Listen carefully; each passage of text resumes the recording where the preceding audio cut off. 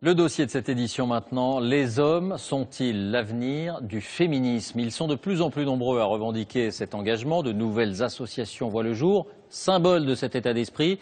8 d'entre eux, des sportifs, des politiques, des chanteurs, ont accepté de poser pour le mensuel Marie-Claire en escarpin. Comment cet engagement se traduit-il dans la vie quotidienne?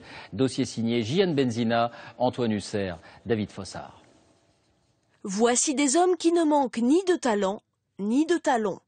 De Camille Lacour à Daniel Cohn-Bendit en passant par le chanteur Julien Doré, plusieurs célébrités posent en escarpin pour Marie-Claire, histoire de prouver que le féminisme n'est plus l'apanage des femmes. Une idée qui fait de plus en plus son chemin chez les hommes. Démonstration lors d'une réunion du collectif national du droit des femmes. Il y a des visages qu'on ne s'attend pas à voir. Politique en matière de contraception, c'est épouvantable cette histoire. Ce soir, pour préparer la journée de la femme, il n'y a que 2 hommes, dont Lucas Gomez, 24 ans, féministe débutant, mais déjà motivé. Une fois par semaine, il assiste à ces réunions. Il a même cofondé avec une amie son propre collectif, Les Effrontés. À chaque manifestation, l'étudiant descend dans la rue avec et pour les femmes. Celle-là, je l'aime beaucoup. Avec l'égalité, égalité et eux. Ouais. Ça, c'était une belle banderole qu'on avait faite pour la journée contre les violences faites aux femmes. Voilà. Okay. C'est grâce à ses amies filles que Lucas a découvert ce qu'était le machisme. Ouais, c'est Gilles qui a pris la photo. En fait. Les regards qui sont hyper lourds, quand ce sont des remarques sexistes dans la rue, ou quand ce sont enfin vraiment plein de petites choses comme ça que des copines venaient nous voir, venaient me dire, voilà, moi j'ai vécu ça. Au début, on a l'impression, on se dit, bon, elles exagèrent un petit peu, puis finalement, quand on discute avec d'autres, c'est vraiment les langues se délient. Depuis, son regard a changé.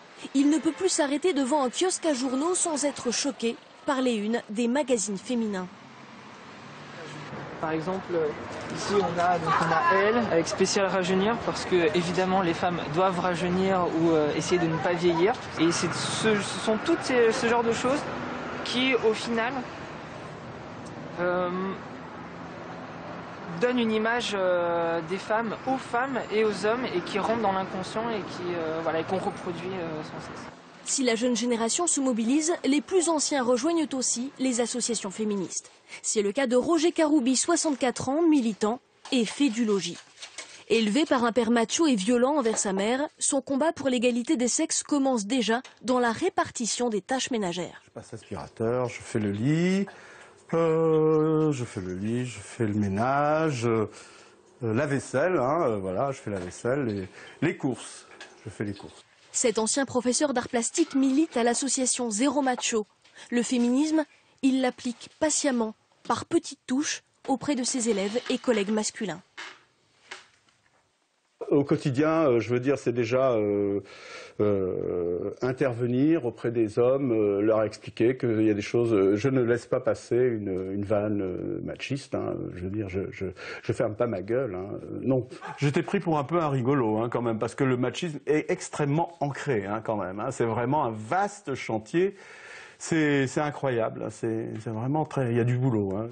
Une lutte qu'il continuera aux côtés de sa compagne, car il le sait, le combat des femmes ne pourra pas se faire sans les hommes.